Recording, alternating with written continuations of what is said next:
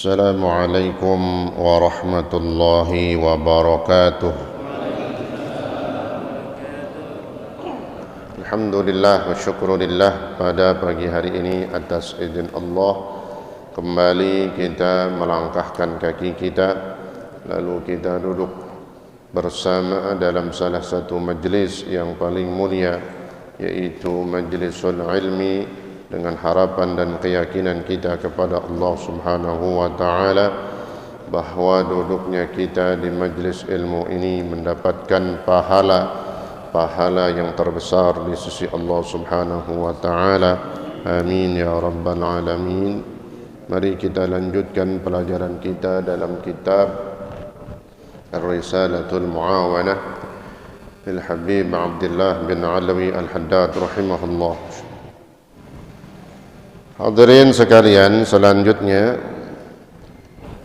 setelah kita mengetahui 3 perkara yang bisa menyebabkan kuatnya keyakinan dan juga bisa menyebabkan bagusnya keyakinan kita, kemudian setelahnya kita akan mendapatkan dan merasakan hasil buah daripada keyakinan itu yang kemarin itu di atas, wa min thamaratil yaqin. Maka kesimpulannya, wa alal jumlati, maka secara global, jumlah itu global, wa alal jumlah, maka kesimpulannya secara global dari yang sudah kita bahas, fal yaqinu aslun, maka yakin itu adalah dasarnya. Keyakinan dasar semua perbuatan dan gerak-gerik kita. Keyakinan adalah dasar dari semua ucapan-ucapan dan apa yang kita lakukan di dunia ini. Jadi dasarnya adalah yakin. Wasairul maqamatis syarifah, adapun sebagian ataupun tempat-tempat kedudukan yang mulia, derajat, diangkat derajat kita, wal akhlaqul mahmudah, dan akhlak yang baik, wal a'malus salihah, dan amal-amal saleh, ya, akhlakul karimah, kemudian amal-amal soleh, lalu diangkatnya derajat kita di sisi Allah Subhanahu wa ta'ala, min furu'ihi wa thamaratihi, itu adalah cabang dari keyakinan yang kita miliki. Buah dari keyakinan yang kita miliki, cabang dari keyakinan yang kita miliki, itulah perbuatannya. Perwujudan perbuatan itu bersumber dari keyakinan. Wal a'malu wal akhlaqu wal a'malu tabi'atun. Jadi pengertiannya gimana? Jadi akhlaqul karimah, juga amal-amal yang kita lakukan, perbuatan kita, ibadah kita, tabi'atun, mengikuti, ngikut kemana? Ke dalam keyakinan kita. Jadi amalan kita itu mengikuti keyakinan kita. Seberapa besar keyakinan kita, maka segitulah yang kita lakukan. Separuh yakinnya, ragu-ragu dia, ya segitu yang dia kerjainnya, ya. Nih, kuwatan, mengikuti dalam apanya? Amalan itu, akhlak itu mengikuti keyakinan dalam segi apanya? Yang pertama, kuwatan, kekuatannya. Kuat keyakinannya, maka kuatlah amalannya. Ya, itu contoh satu amalan atau ibadah, baik yang wajib ataupun yang sunnah. Kalau yang wajib, sholat 5 waktu, dia yakin dengan sholat di awal waktu berkahnya luar biasa. Sebab kata Rasulullah sallallahu alaihi wasallam dalam hadis, afdhalus salati as-salatu fi awwali waqtiha. Salat yang paling afdal, yang maksud adalah salat fardu di sini. Salat yang paling afdal adalah salat yang dilakukan pada waktu fi awwali waqtiha, pada awal waktunya. Itu salat yang paling afdal. Kalau keafdalan pasti menyimpan di dalamnya rahasia dan hikmah dan berkah yang luar biasa. Tapi kalau keyakinannya wadha'fan, lemah, dia nggak yakin ataupun setengah-setengah, ya itu udah entar-entaran sholatnya. Ya. Kalau kita ada waktu, ya lagi mancing dah. Ya, lagi main HP, ya, nonton TV dan macam-macam kesibukan kita. Ya, yang wajib. Yang sunnah, yang wajib aja diberani sepelein. Ya. Yang sunnah, padahal saya sering sampaikan, kata ulama itu, bahwa yang sunnah inilah yang paling sangat menguntungkan kita. Kalau yang wajib itu kartu masuknya udah, modalnya. Ibarat orang dagang itu modal. Nah kalau orang udah dagang bisnis kan bukan cuman balik modal, untung dah biar kata cuman dikit. Tapi kalau orang dagang pasti kan untungnya pengen manusiawi, ya. Manusia itu nggak apa-apa ya, untung banyak ya. Beli barang harganya 20.000, jual cepet, boleh maaf ya. Kalau memang saling redho, al-bayu an taradin ya, saling redho, kemudian tidak ada tipu menipu, nggak ada kebohongan di dalamnya, sah. Jual tuh ya, beli barang 20, jual cepet, laku. Paling orang tandain doang besok warungnya, muak balik lagi dah, mahal banget. Oke, setengah standar aja dah, ya. Al khairul umur awsatuha. Untung sih, untung kita mencari untung, tapi jangan banyak-banyak dah, sedang aja dah. Dan apa aja kalau sedang enak. Ya, kayak peci kalau kegedean, udah ada muter bisa. Saya ada orang kasih peci gede banget, mulut. Saya pakai sujud dimuter. Ya, saya nggak pakai. Saya bilang dia ngasih, Pak Haji, bukan saya nggak pakai, kegedean. Gitu. Ya, saya kasih orang yang muat dah. Gitu. Kalau kekecilan, iya, ya, kayak kabayan begitu kan gitu, menempel doang. Ya, semua. Ya, khairul umur awsatuha. Kemudian nggak ada tipu menipu. Ya, dia mau jual mahal tadi tuh, dia beli 20, dia jualnya cepet misalnya gitu ya. Kalau langsung dijual aja nggak apa-apa ya, sah itu dan halal udah. Paling dibilang kemahalan doang sama orang yang belinya. Jangan ada tipu menipu. Apa tuh, dibeli 20 gara-gara mau jual mahal, apaan ya alasannya. Ditawar 50, semestinya kan udah dapat untung berapa itu? Ini kagak, modalnya aja belum dapat, kan main dah ya. Ini bahasa yang merusak rezeki ya. Dagangnya jadi hancur, maka rezeki yang didapat nggak halal ya. Ini memang makanya orang berdagang itu ini konsepnya keyakinan ya, yakin aja udah, apalagi urusan rezeki. Orang dagang itu kan katanya untungnya itu kayak gunung ya, penghasilannya kadang naik kadang kan tinggi banget tuh. Kalau naik wah laku banget, nasi uduk sampai habis tuh, cuman bikin 5 liter masih banyak yang datang ya, habis. Bikin berapa liter pok? 5 liter doang. Besok bikin dah makanya 15 liter. Iya dah bikin 15 liter. Nggak ada yang datang. Orang dagang, ya. Kalau turun banget, kudu paham gitu, yakin tapi sama Allah gitu. Ya, jangan ada tipu menipu juga tadi itu. Emang kuncinya orang berdagang apaan aja dah, yang mau mulai dagang bisnis apaan aja baru mau mulain.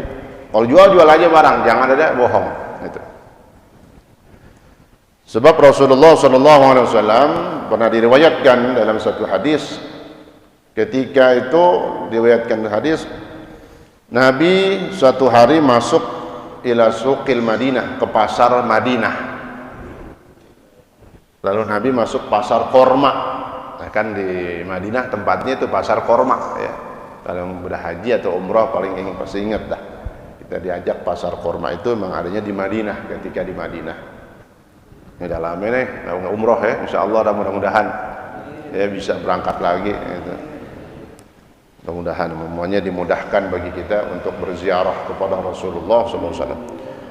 Nabi masuk satu toko korma, cakep-cakep banget luarnya, atasnya cakep-cakep banget pajang.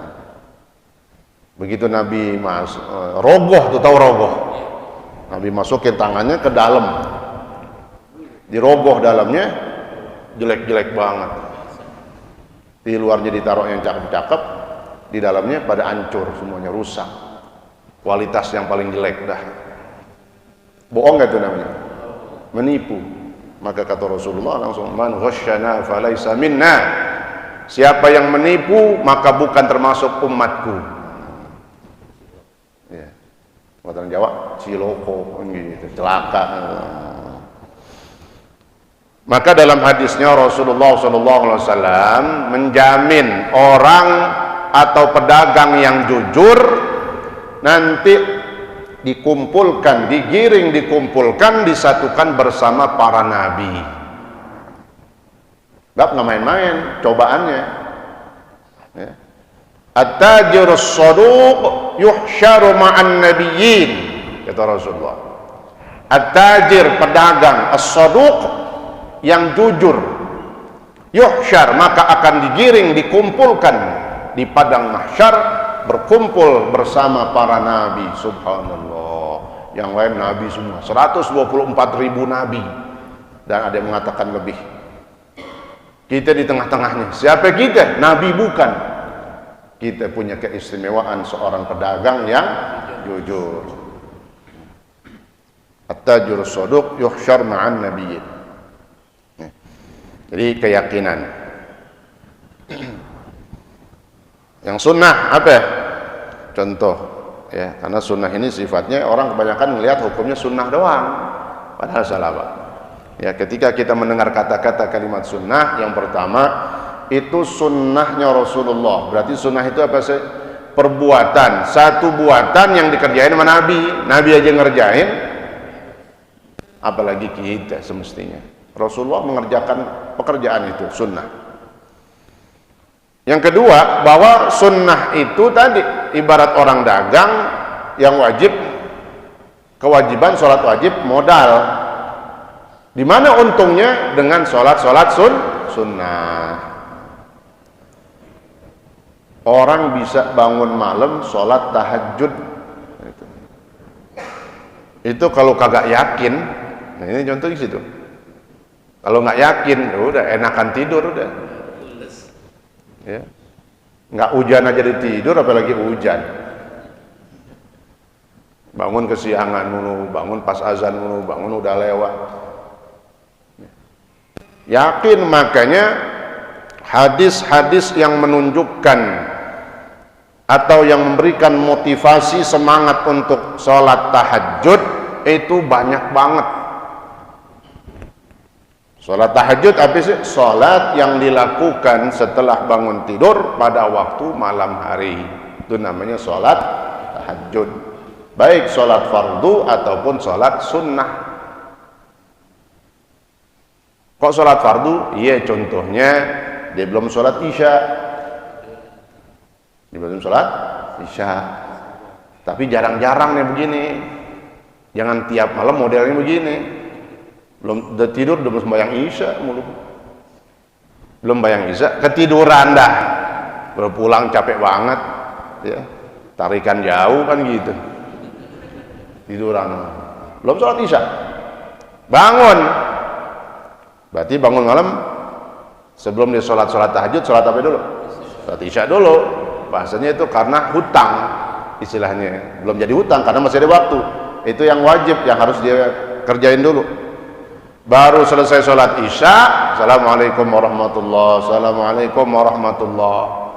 Belum sholat sunnah, udah keburu subuh, udah dikatakan melakukan sholat tahajud. Jadi tahajud bukan cuma sholat sunnah, memang lebih khusus pembahasannya tentang sunnah. Tapi ketika ada orang contohnya kayak begitu, baru sholat wajib isya, kemudian ada subuh, wah udah tahajud belum? Udah. Karena tahajud adalah sholat yang dilakukan pada waktu malam hari setelah dia bangun dari tidurnya. Tapi tadi model kayak begini jangan tiap hari, jarang-jarang. Kan tadi tahu sholat yang paling bagus, paling afdal kerjain di kapan? Awal waktunya. Alhamdulillah kita ngaji kemana aja tuh kalau habis maghrib, dalam rangka menjaga sholat isya kita supaya di awal waktu. Itu. Nah ini contohnya tuh orang bangun sholat tahajud. Kalau kagak yakin, ya udah. Maka di sini juga dikatakan, kata Allah Subhanahu wa taala dalam kitab Zabur. Zabur itu kitab yang diturunkan kepada Nabi Daud. Di situ teguran kita, Pak. Teguran buat kita orang yang ngaku cinta Allah tapi kagak mau bangun malam. Apa katanya? Allah berbicara kepada Nabi Daud, "Ya Daud, ya Daud, kadzaba." Bohong orang yang mengaku cinta kepadaku. Dalam kitab Zabur ya. Bohong orang yang mengaku cinta kepadaku, tapi ketika malam hari datang dia lupa sama aku. Katanya cinta, tapi waktu malam tidur, lupa. Kan semestinya itu tempatnya berduaan gitu. Orang lagi pada tidur. Bohong berarti kalau dia mengaku cinta kepadaku, cinta Allah, mau dekat sama Allah, malam nggak sempetin waktunya. Allah kagak pengen semalaman suntuk, kagak. Pokoknya tuh waktu malam jangan sampai kagak sama sekali. Biar katanya cuma 2 rakaat gitu. Ya. Biar katanya cuma 2 rakaat. 2 rakaat selesai langsung subuh, nggak apa-apa udah. Namanya kita udah berduaan deh tuh. Udah bermunajat sama Allah, biar kata cuma 2 rakaat. 2 rakaat itu kan sholat. Sholat itu apa? Innamal musalli munajin rabbah. Sungguhnya orang yang sholat itu dia sedang bermunajat kepada Allah. 2 rakaat kita udah komunikasi itu sama Allah, udah berbisik. Ya, munajat itu berkata, tapi dengan berbisik istilahnya. Ngomong secara khusus 2 rakaat. Allahu Akbar, Allahu Akbar kabira. Oh panjang, dahsyat banget tuh. Kalau kita sambil ngeresepin sholat kita, apalagi doa iftitah itu pembukaan yang paling luar biasa. Maka pentingnya ada doa iftitah itu kita baca. Iftitah kan pembuka doang, kagak setiap rakaat dia, di awal doang. Itu untuk membangkitkan semangat kita, posisi kita lagi sholat, jadi kita tahu. Nah ini tiap sholat doa iftitah nggak pernah dibaca, lewat aja terus, sehingga nggak tahu dia sholat, biasa aja sholat. Coba artiin gitu, Allahu Akbar, Allahu Akbar kabira, muji kita Allah dengan sebesar-besarnya.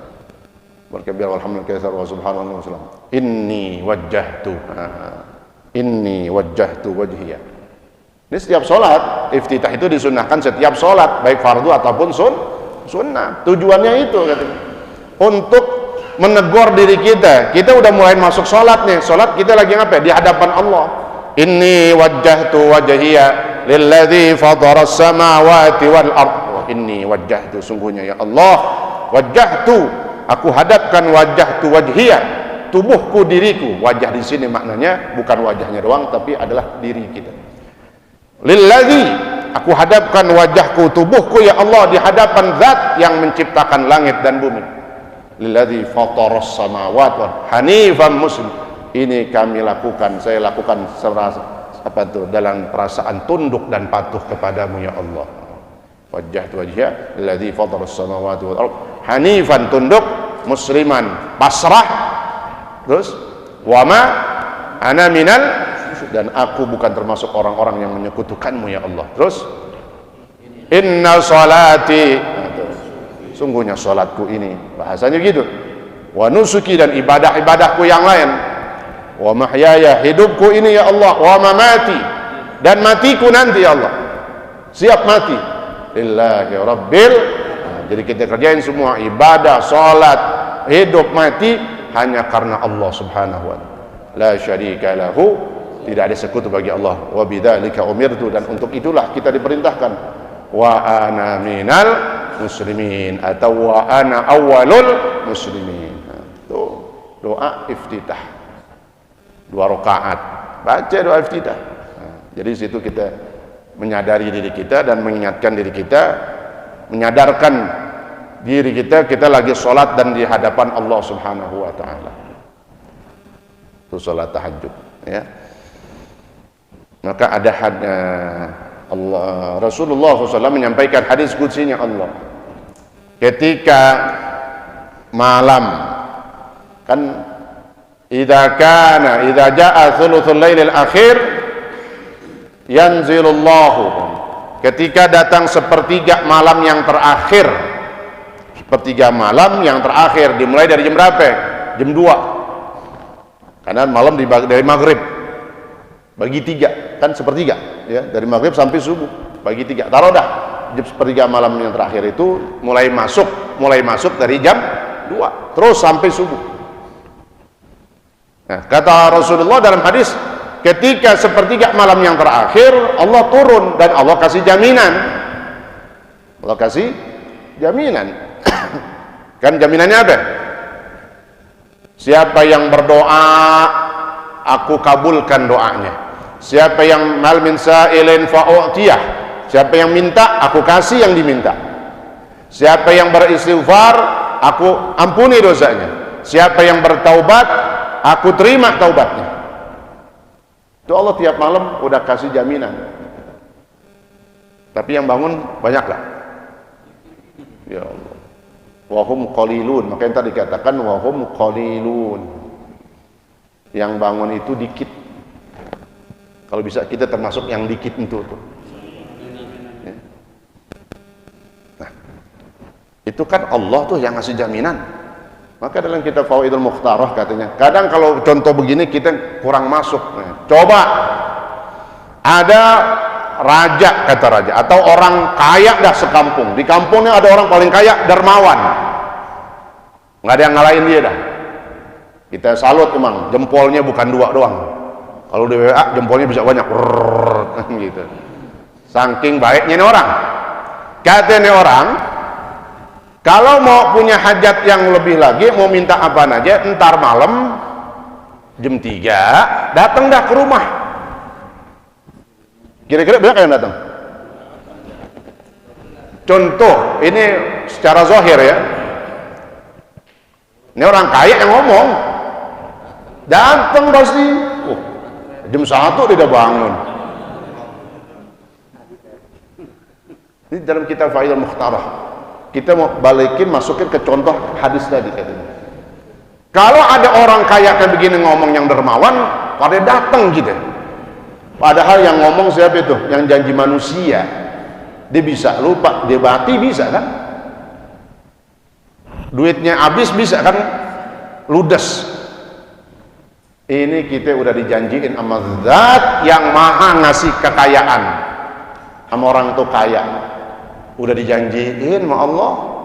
Yang minta aku kasih permintaannya. Yang doa aku kabulkan.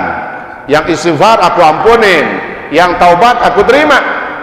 Ya Allah, tapi yang datang dikit. Apa bedanya? Justru ini yang paling dahsyat. jaminan Allah. Itu teguran buat kita. Maka tadi lanjut kata Allah kepada Nabi Daud, bohong orang yang mengaku cinta kepadaku, tapi ketika idza janna lailu nasa'anni, ketika malam sudah datang dia lupa sama aku terus sampai subuh. Alaisal habibu yuhibbul khalwata bihabibih, kata Allah. Bukankah kalau dia ngaku cinta, orang yang mencintai itu kan suka berduaan sama orang yang dicintainya gitu. Ngaku cinta Allah tapi malam tidur mulu. Nah, ya, teguran buat kita nih, buat saya, semuanya kita.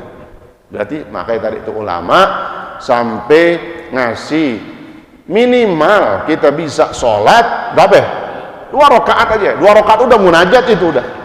Ada apa tuh? Doa iftitah, kemudian baca Fatihah, tartil pelan-pelan, jangan buru-buru juga. Udah 2 rakaat ngetrek lagi. Udah 2 rakaat ngetrek, tahu ngetrek? Udah kerjain aja udah. Yang penting kita mau sholat. Ntar masalah baru 1 rakaat udah keburu subuh, nggak kerjain aja udah. Yang penting kita udah ada mau kemauan. Besok tadi sadar, ya kalau bisa jangan telat lagi dah, naikin lagi. Bangunnya malaman dikit istilahnya nama, supaya bisa sholat 2 rakaatnya kelar. Misalnya kan ada orang baru 1 rakaat udah subuh, saking udah kesiangannya, nggak apa-apa yarin, kerjain aja udah. Besok dia ingat, kalau bisa jangan segitu. Besok kalau bisa udah selesai 2 rakaat. Nah, itu baca Fatihah, apalagi kita baca surah, ada tasbih di situ gitu, rukuk, ada i'tidal, sami Allahu liman hamidah, rabbana lakal hamdu mil'us samawati ila akhiri. Sujud tasbih gitu. Duduk di antara 2 sujud, tuh ada 8 permintaan. Jangan ngeremehin 2 rakaat. Biar kata 2 rakaat, karena apa? Isinya sholat. Sholat itu apa? Munajat gitu. Ini tingkat orang awam ya, tingkat kita dah yang susah bangun. Nggak apa-apa, 2 rakaat aja. Di situ penuh dengan permintaan kita. Rabbighfirli warhamni wajburni warfa'ni warzuqni wahdini wa'afini. Belum sempat doa ntar kan, habis salam belum sempat doa, tapi udah ada doa di dalam sholat. Rabbighfirli, ampunilah aku ya Allah, warhamni, sayangilah aku ya Allah supaya sehat. Apalagi? Wajburni, tambahlah, tutuplah keaibku ya Allah, cacatku. Firli warhamni wajburni warfa'ni, aban, angkat derajatku ya Allah. Bangun malam nih, angkat derajatku ya Allah. Terus warzuqni, rizki nggak ketinggalan. Yang lagi ngobiek semuanya kita punya urusan, yang punya kerjaan, yang punya semua kita cari rezeki, masuk itu di dalam. Warzuqni, rezeki. Wahdini, nggak ketinggalan kita minta hidayah. Wahdini, berikan aku hidayah ya Allah, petunjukilah. Wa'afini, apa wa'afid? Afini afiyah. Afiyah kemarin tuh saya artiin di pengajian malam Ahad, ya. Kemarin udah disponsorin, jadi ada pengajian malam Ahad. Malam Ahad, bukan malam Minggu. Ya. Kalau malam Minggu di puncak semua. Ya. Orang nggak ngerti juga kalau di villa malam Ahad ada yang ngisi gak? Udah kagak ada, kata orang villa. Apaan tuh malam Ahad? Dasar kok Islam nggak tuh Ahad. Ya. Pengajian kita. Artinya kita sebutnya udah Ahad. Malam Ahad, ya, setiap malam Ahad insya Allah ba'dal isya jam 8 sampai jam setengah 9 doang, setengah jam udah. Sononya ngopi, ya, kecang goreng apaan gitu, ya. Nah, di tempatnya ya, keluarganya Pak Asep itu ya, yang tadi itu yang bawa kopi itu. Nah, Pak Salenteng pada tahu dah kemarin rombongan semobil udah datang. Ya kalau bisa besok setrok. Ya, ngisi waktu. Ya, umur kita ngapain lagi kalau yang ada waktu, ya. Kondangan kagak kan gitu. Ya udah ngaji aja dah. Malam Ahad ya, udah berjalan kemarin pembukaan dan insya Allah seterusnya. Nah, ini panitianya di depan semuanya deh, panitia pengajian. Gitu. Nih, orang kalau janji kita datang, oh udah kaya, punya duit, yang kasih duit siapa dia? Allah. Ini kesalahan kita kadang. Dijanjiin sama Allah malah kita nggak datang.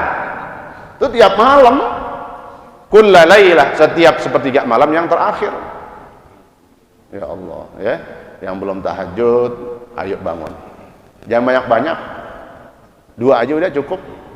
2 cukup udah. Ya. Oh enggak, Ustaz, ngapain? pengen sih 8 rakaat, 10 rakaat. Iya boleh, kuat gak? Bisa, bangun aja jam 2.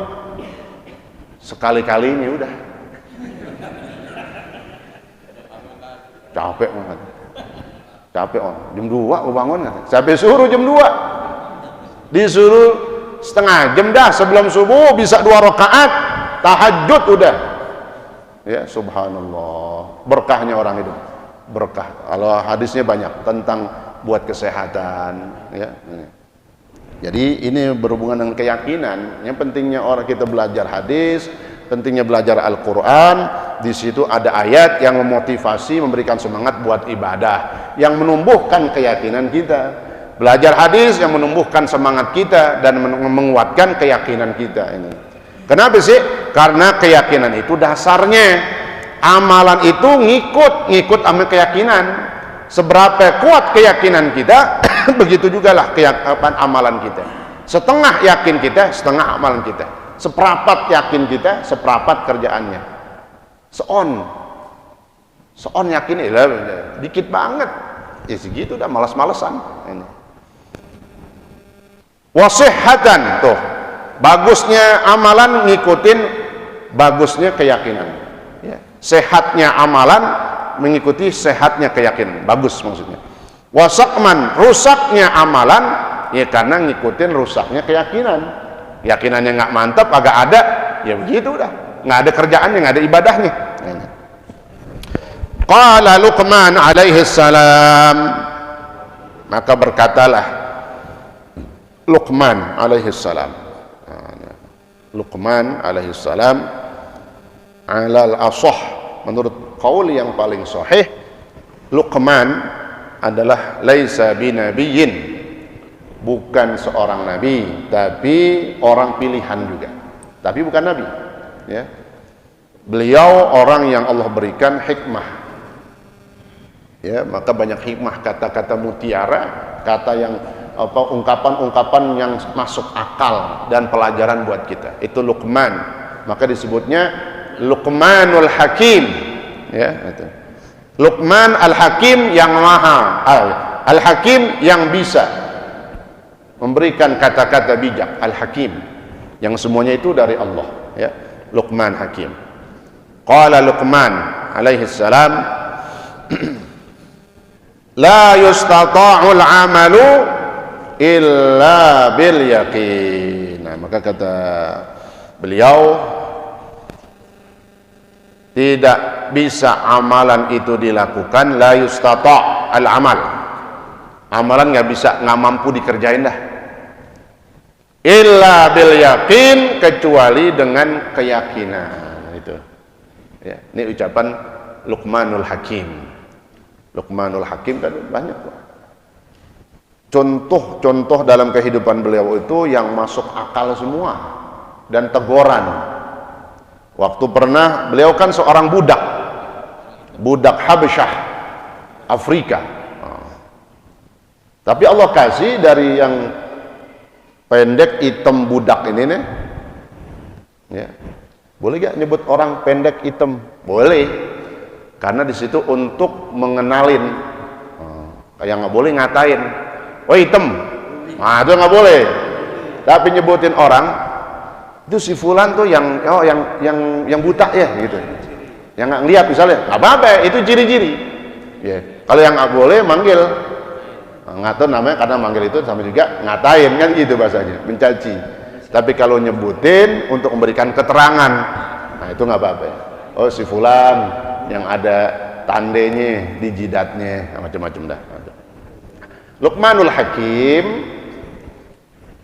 seorang budak, pernah dalam kitab Durratun Nasihin ini cerita ada. Kata tuannya, ini kambing potong, habis kau potong, bawain kemari, kasih saya 2 bagian tubuhnya yang paling bagus. Potong dah, dibawa, lidah sama hatinya tuh kambing. Tuan, nih bagian yang paling bagus. Dibuka lidah sama hati maksudnya, hati kan gitu. Besok-besoknya disuruh potong lagi nih kambing. Nanti habis potong, bawakan ke saya 2 anggota tubuhnya yang paling jelek, yang paling buruk. Potong kambing, dibawain juga lidah sama hati juga isinya. Nanya dah tuannya, "Wahai Luqman, kemarin saya minta yang paling bagus lidah sama hati. Ini yang paling jelek lidah sama hati juga." Pelajaran itu hikmahnya apa? Iya Tuhan, 2 anggota tubuh ini, lidah sama hati, kalau digunakan untuk kebaikan maka paling bagus dia. Lidah digunakan untuk berzikir, baca Al-Quran, amar ma'ruf nahi munkar, mengajak kebaikan, mencegah kemunkaran, ya. Hati juga itu juga, al-husnuzon, baik sangka, dan sifat-sifat mulia. Cakep banget nih orang. Bahkan orang bisa mulia dengan sebab 2 ini nih, mulut dan hatinya. Begitu juga lidah sama hati bisa jadi paling jahat, kan gitu katanya. Sakitnya lisan lebih parah mengalahkan sakitnya pedang, kan gitu. Kalau pedang tubuh kita kegores, golok, pisau, tadi gak sembuh dah. Tapi kalau lidah udah tajam banget itu, wow, sampai mati dia nggak bisa maafin gitu. Tapi jelek, jangan dicontoh tuh orang yang nggak maafin. Jangan dicontoh, bukannya rumus, enggak. Kayak apa orang punya salah sama kita atau pernah mungkin ya menyakiti kita disuruh memaafkan. Nih, itu katanya Irman. Lidah ini kalau buat kejahatan, wah paling tajam dia. Ngomongin orang paling gurih nih. Lidah orang nggak bertulang, ya. Jadi ya kagak berasa, nggak ada tulangnya. Hati begitu juga, kalau udah suuzon, buruk sangka ataupun sifat-sifat jelek, paling jelek nih orang hatinya. Pelajarannya luar biasa. Ya, Luqmanul Hakim. Jadi beliau berkata di sini, amalan itu kerjaan, contohnya ibadah, ketaatan nggak bisa dikerjain kecuali tergantung keyakinannya. Kalau keyakinannya mantap, berangkat dia. Ya, maka alhamdulillah bertambah jamaah kita. Ini bagian dari wujud keyakinan kita yang Allah berikan. Yakin kita, mau ngapain lagi umur kita isi. Ya, nggak lama sebentar, abis ini kita kelar dah. Ya, makan nasi uduk kalau ada. Ya, dan insya Allah mudah-mudahan ini dalam rangka memakmurkan umur dan usia kita. Ya. Wala ya'malu al-'abdu illa biqadri yaqinih. Itu dia, nyambung. Dan seorang hamba tidak bisa beramal, artinya beribadah, kecuali sesuai kadar, tahu kadar, ukuran keyakinannya. Berapa persen yakinnya, segitu amalannya. Ya. Kalau bisa gimana? Full terus keyakinan kita, ya, mentok sampai mentok, bukan 100% lagi lah, ya, 1.000.000% keyakinan kita kepada Allah. Wala yaksuru amaluhu hatta yanqusa yaqinuh. Itu dia. Apa? Dan tidaklah berkurang amalan kecuali atau sampai berkurang juga itu keyakinannya. Iya, amalannya kurang berarti yakinnya kurang. Patokannya begitu aja udah. Ya, wala yaksuru amal. Orang itu nggak bisa teledor kurang dari amalannya kecuali karena kurang juga keyakinannya. Maka terakhir, walihada qala Rasulullah sallallahu alaihi wasallam. Oleh karena inilah maka Nabi bersabda. Kalau tadi ucapannya Luqmanul Hakim. Kalau sekarang hadis Nabi ini tentang masalah keyakinan. Apa? Al-yaqinu al-imanu kulluhu. Jadi keyakinan itu adalah keimanan sepenuhnya. Keyakinan nggak bisa dipisahkan dengan keimanan. Keimanan nggak bisa dipisahkan dengan keyakinan. Imannya mantap maka yakinnya mantap. Jadi gitu. Yang bisa memberikan kemantapan keyakinan dari iman semua. Dasarnya iman, lalu diiringi dengan keyakinan, lalu dengan berangkat iman meyakin itu adalah terjadilah amal-amal soleh. Ya. Insyaallah mudah-mudahan terus kita mempelajari kajian-kajian ini dalam rangka memperbaiki akidah kita hati kita, amalan kita, semuanya ya, menumbuhkan keyakinan kita kepada Allah Subhanahu wa taala dan Rasulullah dan juga syariat Islam. Al-Fatihah. Bismillahirrahmanirrahim. Alhamdulillahirabbil alamin, arrahmanir rahim, maliki yaumiddin. Iyyaka na'budu wa iyyaka nasta'in. Ihdinas siratal mustaqim, siratal ladzina an'amta 'alaihim ghairil maghdubi 'alaihim waladdallin. Kalau ada yang mau bertanya, jadi siapin aja kertas lah gitu ya. Jadi takutnya ada yang mau nanya, kan waktunya singkat. Jadi siapin kalau ada yang mau nanya, ya. Jadi manfaatin kalau ada yang mau pertanyaan, pakai kertas sudah siapin dari rumah. Ya, jadi di sini nggak dikasih doang. Jadi ada yang mau bertanya silahkan. Ya. Bismillahirrahmanirrahim. Alhamdulillahirabbil alamin. Allahumma shalli wa sallim wa barik ala sayyidina Muhammad wa ala ali sayyidina Muhammad. Allahumma rabbana anfa'na bima 'allamtana wa 'allimna ma yanfa'una. وزدنا علما والحمد لله على كل حال برحمتك يا ارحم الراحمين اللهم اغننا بالعلم وزينا بالحلم واكرمنا بالتقوى وجملنا بالعافيه برحمتك يا ارحم الراحمين وصلى الله على سيدنا محمد وعلى اله وصحبه وسلم الحمد لله رب العالمين والسلام عليكم ورحمه الله وبركاته.